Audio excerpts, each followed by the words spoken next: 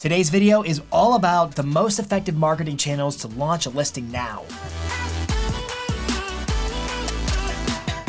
Welcome to This Week in Marketing. My name is Jason Pantana, your host, and I'm so glad you're tuned in for part 2 of a series that's all about generating alignment with sellers so you can launch your listing so the listing does not linger in the marketplace. Now, last week's episode was an interview with one of my very first ever, in fact, real estate mentor, my principal broker, Bobby Nareen, who taught you a framework that creates alignment with prospective sellers.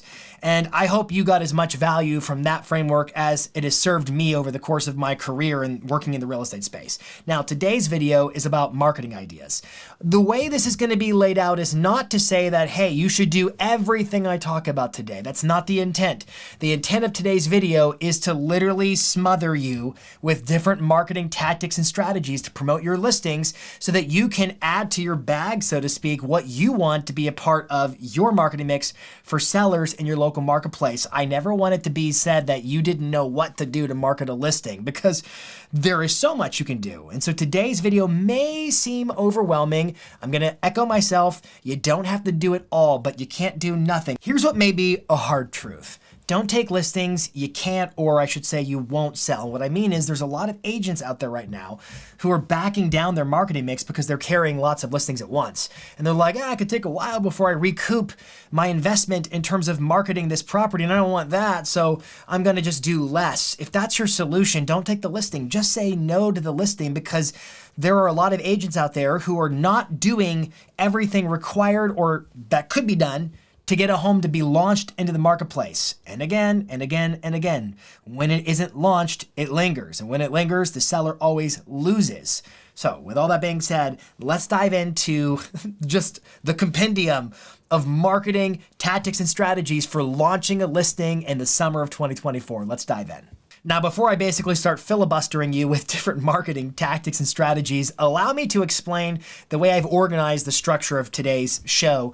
I've grouped all the different marketing tactics and strategies that are available to be utilized in terms of promoting a listing or launching a listing into 6 different buckets. If you're taking notes, great, take notes. If you aren't taking notes, just try to remember these. They're pretty logical. The 6 buckets, or folders you could say, include 1, media assets. I'm just reading my notes here. 2, social media. 3, print assets. 4, open houses. 5, signage. And then 6 is paid ads. Those are the 6, let's call them folders, within which are all the different tactics and strategies, beginning first with media assets. Now, with media assets, the first little bucket here, it's kind of a prerequisite step whereby you're getting all of your ducks in a row, because it will be the media that you put in the social media post. It will be the media that you put on the web page and stuff like that. So we're beginning with that step 0, your media assets, in terms of getting all your ducks in a row marketing-wise, including media such as photos. Now, this goes without saying on this show, but don't be the agent who uses your iPhone and says, I took a class on how to use an iPhone and I can take great photos. Don't be that agent. Get a professional photographer into that property to capture that home in its most beautiful, optimal light. Just referring back to the fact that listings are taking longer to sell, and it's not just about getting listings, but about keeping them and ultimately selling them. There's going to be a need for you to remain in alignment with your seller over time, most likely. It doesn't mean you're not going to sell the house opening weekend per se, but it doesn't mean you will either, because the marketplace is transitioning, has transitioned already. And so think about it like this. If you get lousy photos and you post lousy photos on Zillow and it syndicates across all the different platforms and search portals and elsewhere, that is the buyer's perception about whether or not they should go see this property, because the way this works is pretty logical. Your marketing is designed to try to capture the property in its optimal light, and it is put everywhere prospective buyers may have exposure to your marketing. And the purpose of that marketing is to draw them in so they want to schedule a showing, or they want to reach out to you to potentially schedule a showing. It's simply this: I want eyeballs so that I can then book showings. So down the road, let's say that you do poor marketing and you're not getting showings, and you want to go to your seller and say, well, it must be the price. Well, is it the price? Because if the marketing consists of Android shot photos or something like that, it may not be the price. It may be the marketing, or more specifically, the media assets that are behind the marketing. And so you want to leave no stone unturned as the listing agent in terms of only the best. You're going to showcase this property in its best, most optimal light, and that includes pro-grade photos. It also includes pro-grade videos whereby you can document the property. Now, this is not a this is a show designed to give you a lot of ideas. We could do one show alone on videos. But I would encourage you to think about, hey, what's your listing video process look like? A lot of our coaching clients have different layers of listing videos, depending upon the size or the price point of different listings. They may have their basic, they may have their advanced, their premium types of videos, just based upon what's warranted with the property. I love what Shannon Gillette, one of our rockstar coaching clients, says, that every listing deserves a video. Why? Because video is the media of the day. And if you're not capturing your property on video, what a travesty, because you're potentially missing out on so much exposure. And if you're limiting exposure, you're limiting the possibility of showings. And if you're limiting the possibility of showings, you are narrowing or making smaller the marketplace for that property, which means less competition. It's the competition that's going to drive the price up ultimately and cause the home to sell quickly and for the best possible terms. You must leave no stone unturned. So think about your horizontal videos, long form videos. Think about integrating live, work, play kind of lifestyle or neighborhood amenity tours combined with your property tours. Think about getting videos that are simple. It could be vertical videos just for Instagram Reels or TikTok posts. What's going to be your commitment, part of your package of services regarding video as a media asset? And so out of the gate, we've already covered photos and video. And those in and of themselves are huge subjects where there's a lot packed into that. And I'm going to trust your understanding. But also important is getting really good copy and text, really good descriptions, really good social media captions, really good voiceover. What's going to be the needs that you have to launch a listing when it comes to copy and text? And have you tried out ChatGPT? I've done trainings in this show before whereby you can train a custom GPT to learn to sound like you and then write better photo descriptions, better MLS remarks, better voiceovers for touring the video. How are you leveraging generative AI to create better copy, including headlines for postcards or email subject lines when you let everybody know about your new listing? I want you to think for a minute when it comes to media assets about your text needs. What are the headlines? What is the copy you need? It's photos, it's videos, it's copy and text, and it's also maybe floor plans. Maybe part of your media collection process includes aerial photos or aerial videography through drone.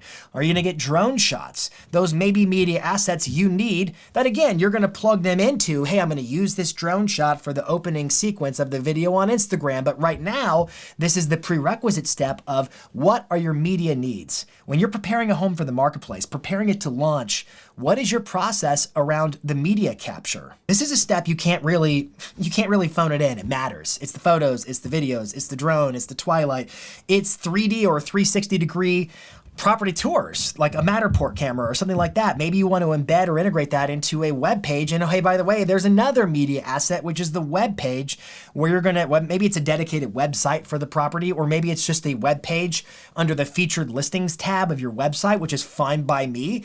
But you've got to do the thought process now of what are the media assets that you need to gather so that you can hit the ground running. And here's what I'm really afraid that I've seen too much of in the marketplace. I've seen too many listing agents taking their time. Like it doesn't matter.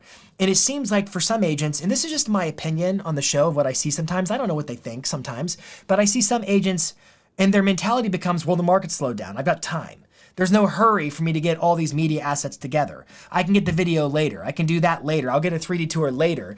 And it's almost like they are tricking themselves to saying like, hey, maybe it'll sell before I have to spend the money on those things and I don't have to worry about it. That's not the nature of the marketplace right now. When a listing isn't launched, it lingers. And when it lingers, the seller always loses. You've got to get your ducks in a row. You've got to get your media assets organized so that when you launch, boom, you're off to the races. Now, section number 2, social media, comes next naturally because first we get all the media, and what do we do with it? We socialize all the media. So what does that mean? Well, I'm talking about the different types or formats of posts on social media. I'm talking about carousels, I'm talking about reels, I'm talking about TikToks, I'm talking about on-demand videos on YouTube, I'm talking about LinkedIn posts, I'm talking about just basic photo posts. You have lots of options in terms of all the media that you created can now be put into these different formats of posts and then, like I just said, socialized to everybody who follows you. You can use and optimize with local hashtags and so forth. Now, I want to give you a little disclaimer for a second. Today's video is not going to go super nuanced into any of these topics. We could talk on an entire episode about, hey, here's how you optimize a social media post to be discovered by locals. I'm staying pretty high level today because my intent is to give you a wide overview of all that is at your disposal marketing-wise to push a listing out to the masses as aggressively and passionately as possible so that it is launched and so that it does not linger. So the critical question to ask yourself for your team or your business, whether you're a solo agent or on a team, is what's going to be your social media commitment? In terms of leveraging your photos, videos, and all the media assets, how are you going to circulate news about your listing to your followership? I think that's a word.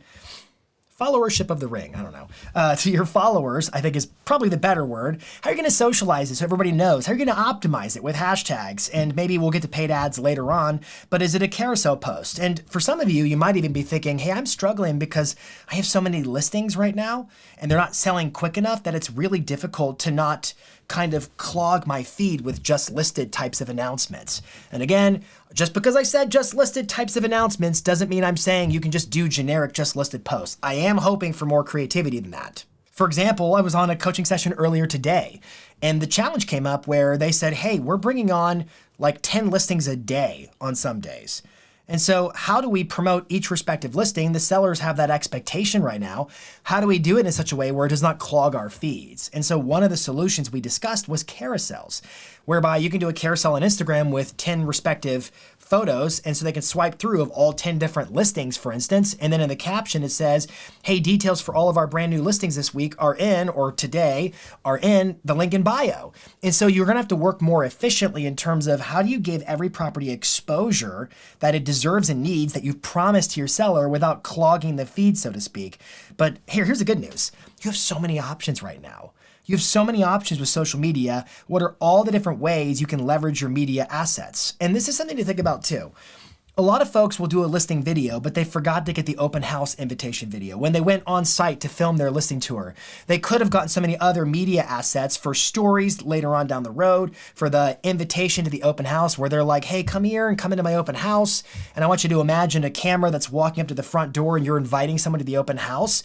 When you're gathering those media assets, and you're thinking or future pacing yourself to be thinking about, well, what are all the placements on social media I have in mind for this? Really do the work up front to figure out what are all the videos I need, all the photos I need, all the stuff I need, the media I need, so that I can socialize it properly, leveraging stories, leveraging carousels, leveraging reels, and all of it across all your different social channels. You've heard me talk about it many times before. There was a giant study that 1000 Watt did, here recently in fact, where they interviewed, or surveyed I should say, sellers, lots of recent sellers, home sellers, and they said, hey, what did you value most in terms of the marketing tactics of your listing agent? And what was crazy is that the feedback said that sellers, by a wide margin, placed more value on the agent's ability to leverage social media promotions to expose a property to the masses of prospective buyers out there compared to Zillow or the MLS. Let that one soak in. Now, it isn't that they're saying that Zillow or the MLS isn't as valuable as social media promotion. I think what it means is it's in the bag. They know they're going to get that. No matter what agent they hire, they're going to get the MLS and they're going to get Zillow. That's kind of just assumed in this state of the marketplace right now. So what they're looking for from their listing agent is more. Who can give me more? I'm thinking about rockstar agents in our ecosystem like Brad McCallum. Brad has an amazing YouTube channel, and I often call his YouTube channel the seller's stage because his YouTube channel is like a platform or a stage for launching listings because he provides some of the best, highest quality listing tours you have ever seen. His listing tours are insane, and he's generating hundreds of thousands of views on his videos on YouTube and creating exposure and publicity for listings beyond what any other agent in his marketplace could ever offer. He is in effectively a league of his own because of what he's built through his YouTube channel. So again, the metaphor I use is, I call that a seller's stage. Think about your social media platforms as an opportunity to build a stage whereby you'll have sellers saying, my home should be on that stage with your YouTube channel, with your Instagram, with your LinkedIn, with whatever social media platforms you have. How could you reconstruct your thinking about those to say, hey, I'm going to build an asset. I'm going to build a stage whereby I can give exposure to my sellers in their homes in a way that other agents locally cannot compete with me, making you the most dominant listing agent in your local marketplace. In fact, it's exactly what Chris Benjamin has also done. You've heard me talk on this show before about a technique Chris often uses and lots of our coaching clients use called a could be coming soon story. What he does on Instagram is he gets a screenshot of a map. He layers the map behind him using the green screen function inside of Instagram, does a story where he superimposes himself over top of that map, and he says, hey everybody, I'm on my way to a listing appointment for a listing I haven't procured yet. It's in this general area, and he kind of circles around the map area about where it is. And he'll say something like, homes like this in this area sell pretty quick and competitively. So if you have any interest, I'm putting together kind of a VIP list. So just shoot me a DM and I'll let you know once I get this baby wrapped up, kind of a thing. It's not even a listing he has yet, and yet he's leveraging it. And when he does it, and here's the lesson, because he's built his Instagram following to the degree that he has, by the time he even makes it to the listing appointment, he'll have a dozen inquiries. So he can go and say to a seller, hey, talk is cheap. But what I've done is work already on your behalf. I've already found 12 prospective buyers for your property. Have the other agents you've been interviewing for this listing been able to do that for you? And so I guess what I'm encouraging you to consider, not I guess, I know what I'm encouraging you to consider is that you're building a stage for your sellers when you consistently create the right types of posts, whether it's carousels or reels, stories, all the above, for promoting your listings. What's your strategy for socializing your listings on social? Next on the list, number 3, is print assets or print media. This would not be a complete list if we didn't talk about print marketing like postcards, flyers, pamphlets, booklets, letters, all that kind of fun stuff, right? Some of you might be thinking though, like, hey, isn't that kind of cost prohibitive? It could be. And who do I even send it to? Well, first things first, in terms of the cost prohibitive nature of it, if it's not within your budget to do print media, remember, not everything I share here today is for everybody.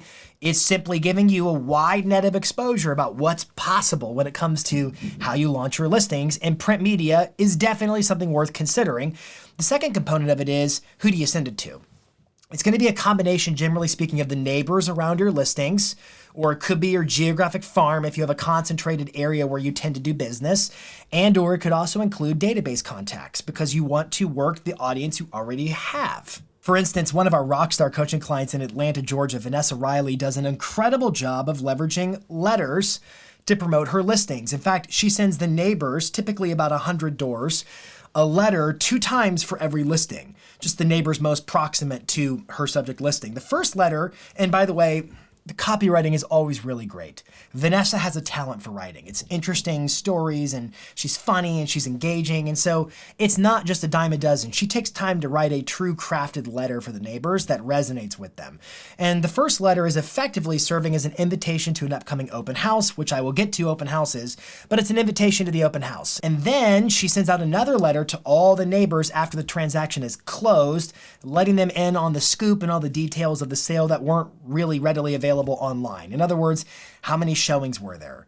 How many offers were there? And all the details they can't just get anywhere else. And I got to tell you, the neighbors, they just gobble this up, and it creates a sense of, wow, how she did it. It's social proof, and it shows that her systems and her strategy yielded that seller more, and they remember her for future listing opportunities. You've heard Tom Ferry talk about it so many times, over and over and over again. If you're not leveraging every listing you have to get more listings, you are failing to capitalize on a critical moment in your marketing. Another example that comes to mind from our ecosystem of coaching clients is that of Dwayne Carpenter.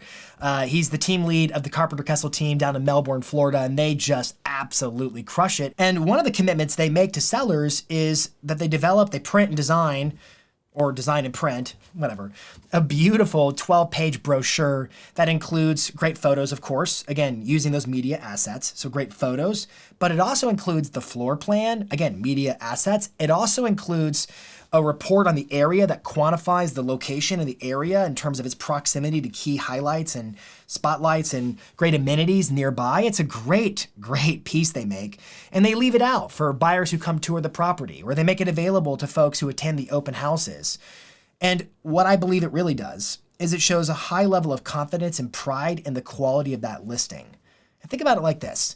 If you as the listing agent prepare marketing that showcases this home in an optimal light, it will actually transfer a sense of, to the buyer, a sense of, wow, this is a really great home, because other people really seem to think it's a really great home and they're putting a lot of work into this. Maybe I should think it's a really great home. And here's what I love most about the brochure. They use them at open houses. They use them for buyers who are touring their listings. What I love most about the brochures is what it says they believe about their own listings. Because what you believe about your own listings will overflow and influence a perception a buyer might have about your listing. And all of a sudden, a buyer, when they start seeing this beautiful magazine that highlights all the amazing features of the property in the area, and it shows a lot of pride in the listing itself, all of a sudden that buyer should start to think, well, hey, a lot of other people see a lot of value in this property.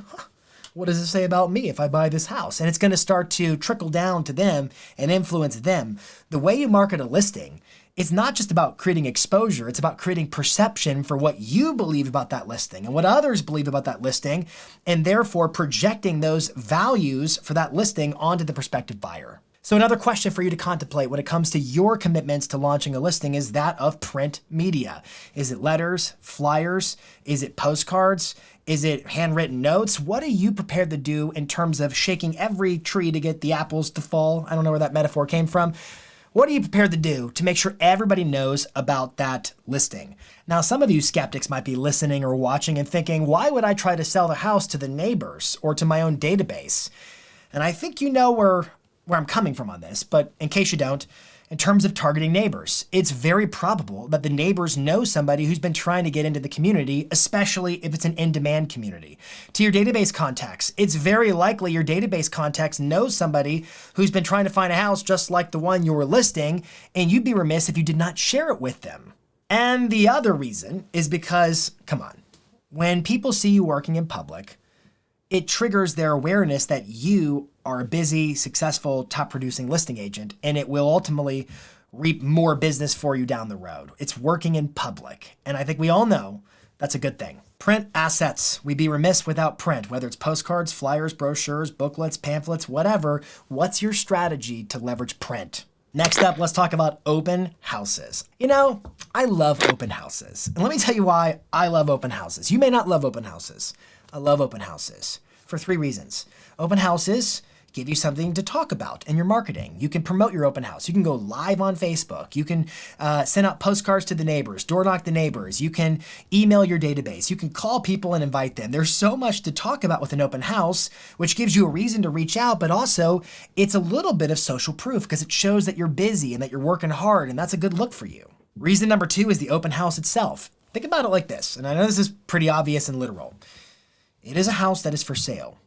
So literally prospective buyers or prospective sellers, the neighbors, are entering inside the thing that's for sale where you can talk to them. And that in and of itself is a fascinating delight. The third reason I like open houses is because they give you something to talk about in your follow-up communications. When you reach back out to the neighbors, you can keep them apprised of what's going on with the sale of that property. When you reach out to those who came to tour the property, prospective buyers, you can ask them about what other homes they've seen. It's a reham following up because I met you at my open house. 3 reasons. Something to promote. It's a great experience of meeting and lead generating on the spot right there at the property. And then last, it's a great reason for follow-up. I love open houses, and I hope you do too. One of our Rockstar coaching clients, Dave Archuleta, who runs a phenomenal team called the Archuleta team out in Rancho Mission Viejo, does 400 open houses a year. That's how much he loves open houses, 400 a year. Now, a lot of you are like, 400, oh my goodness. Hear me out. Hear the numbers really fast. Now, bear in mind that the day I'm filming this video is July 2nd, 2024. Dave sent me a text message, which is actually a little bit further back on May 21st of his production numbers in the year of 2024 up and through May 21st. Because of open houses, he has generated, he's actually sold 38 listings year to date as of May 21st. 14 were pending, or 14 more pending, 2 active, 11 coming soon, all because of open houses. You've heard me interview Dave on this show before about open houses, and he talks about one of the critical promotional aspects of open houses he does is he puts out directional signs. And he does it himself because he wants to wave and smile at all the neighbors.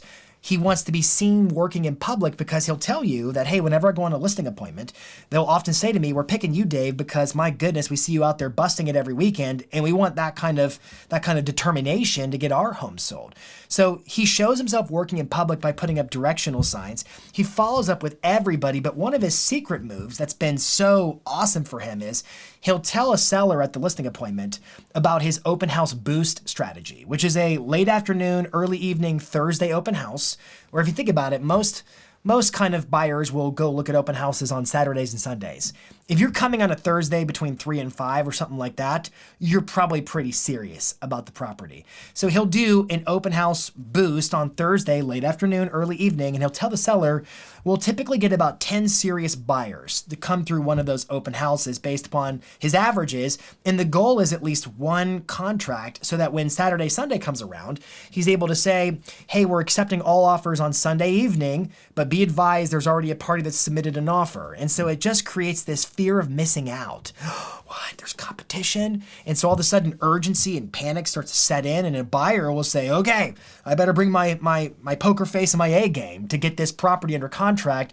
And so because of his tactics of leveraging open houses, not only is he lead generating like crazy, not only is he getting every seller to see him working in public, but he's also leveraging the event to create a marketplace that creates massive competition and sells his listings over ask and quickly. What's your strategy look like for open houses? Now, number 5 on the list is signage, and this one's not going to take very long to get through, but here's the truth. You need signs, and I am not just talking about your basic yard sign that says for sale and it has your name on it.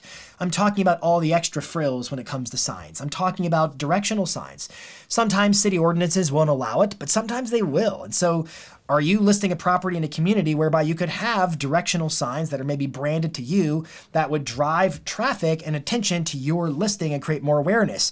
I'm talking about those H-stake signs, where what a lot of our Rockstar clients are doing is they're creating those H-stake, just the easy put them in the ground types of signs that have custom branded QR codes where somebody can drive by and scan it and they can get more information about the property. They can go watch a video. They have different QR codes that drive the different links, because right now there's a major uptick right now. We're seeing this in a lot of the teams we coach, or a lot of the agents who have large inventory collections right now, because again, days on market is up. It's taking longer to sell homes.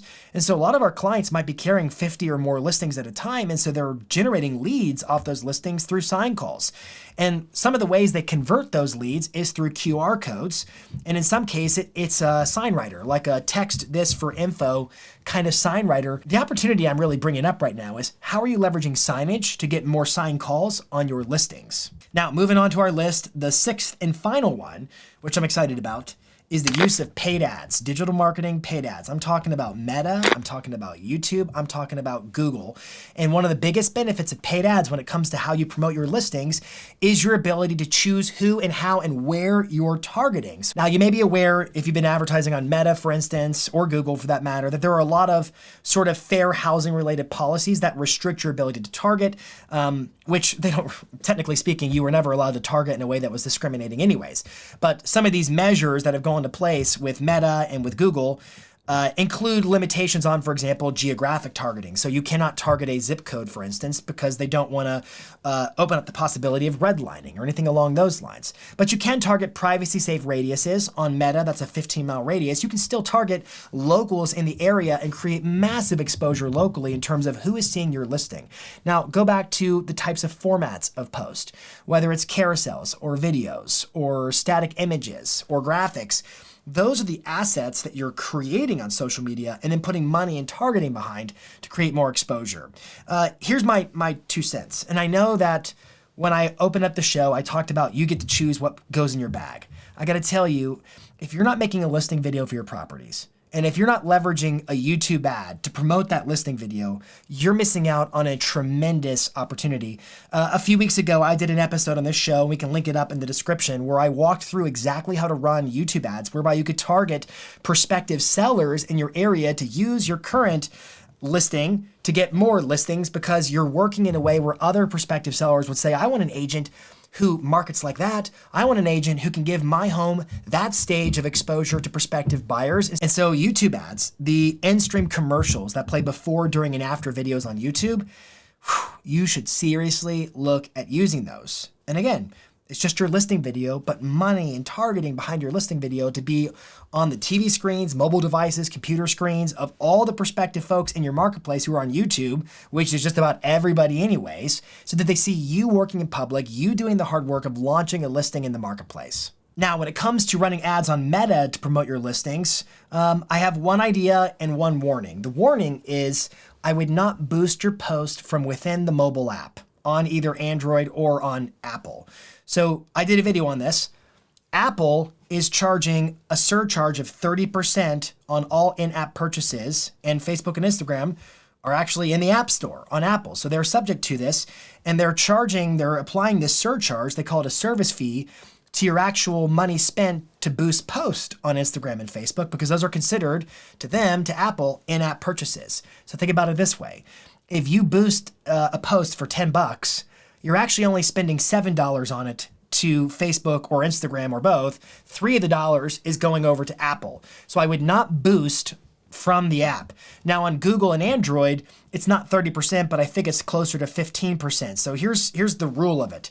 I would not boost post from your smartphone on any smartphone, because you're paying a surcharge to either Google or Apple, generally speaking, because it's considered an in-app purchase. What I would instead do is go to facebook.com or instagram.com on your computer, your desktop, and do the boost from there, so you can circumvent Apple or Google taking their cut from that. It's a surcharge, so I doubt you want to pay it because it isn't going to your promotion. Now, that was the warning.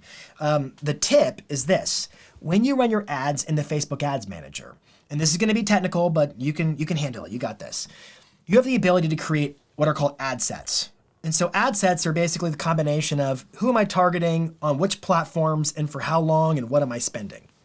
And what I'm telling my coaching clients to do is, yes, target the geographic area. That's great. But you should create another ad set whereby you upload a customer list of your database contacts, so that, for example, your past clients, all of your leads, the actual sellers of the listing are being targeted directly with the ad on Meta so that they see your ads. Something I want for you is that every time the seller gets on Facebook or Instagram, they see their own listing being advertised back at them.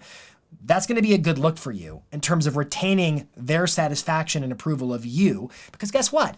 Let's say you go into a price reduction conversation, and I mentioned this a little bit earlier in the show, but let's say you go into a price reduction conversation. It's a much better position for you to be in if you have massively marketed your face off, so that the seller would know indisputably it's not the marketing, it's beautiful media, we've created exposure everywhere, it's not the marketing that's missing, it must be potentially the price or the condition, because location can't be changed. So again, with Meta ads, make sure you target them in a way where they're also seen by the seller on a recurrent basis. And your database, because that's going to position you as the, wow, what a busy, productive listing agent they are.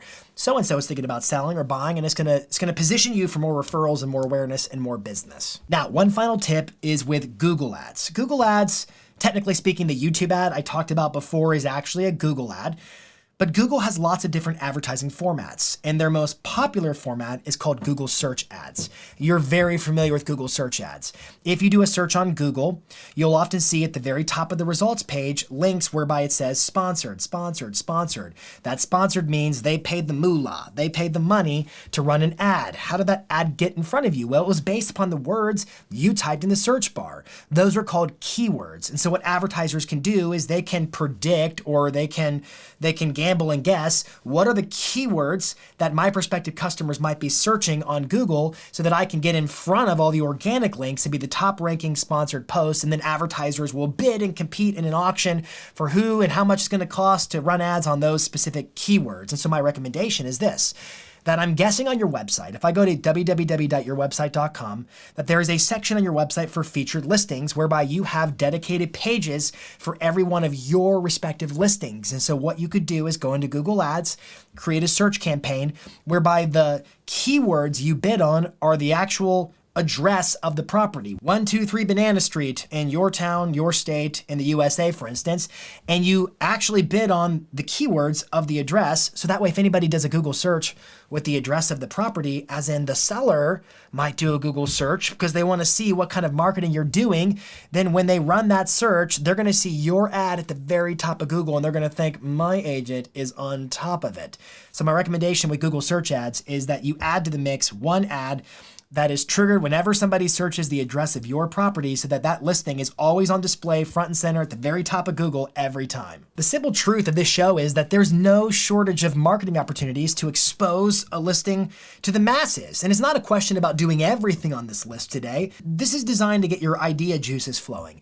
It's about what you're prepared to do to launch a listing. Because when a listing isn't launched, you know how it goes, it lingers. And when it lingers, the seller always loses. Thinking back to last week's episode with Bobby and Noreen, we talked about those 3 circles. And in one of the circles, it talked about your job functions, the 3 job functions of a listing agent. And the first one we talked about was marketing and exposure, which is then the segue into all of this. What are you as the listing agent prepared to do to serve the seller, to cause their home to sell? How are you going to talk about the scope of your services from a marketing standpoint where every respective seller who you would talk to at an appointment would think, what other agent could possibly compete? Because most agents say, we're going to leverage digital marketing and social media. Okay, and sellers like, okay, but there's no specificity to that. I challenge you to create an itemized, tactical list of all the work you're prepared to commit to doing for the seller to cause their home to sell. And I'll bet you this, when you come with that level of conviction and confidence in what you're gonna do to launch their listing, they're gonna love you for it and they're gonna list with you. Until next week, this is This Week in Marketing.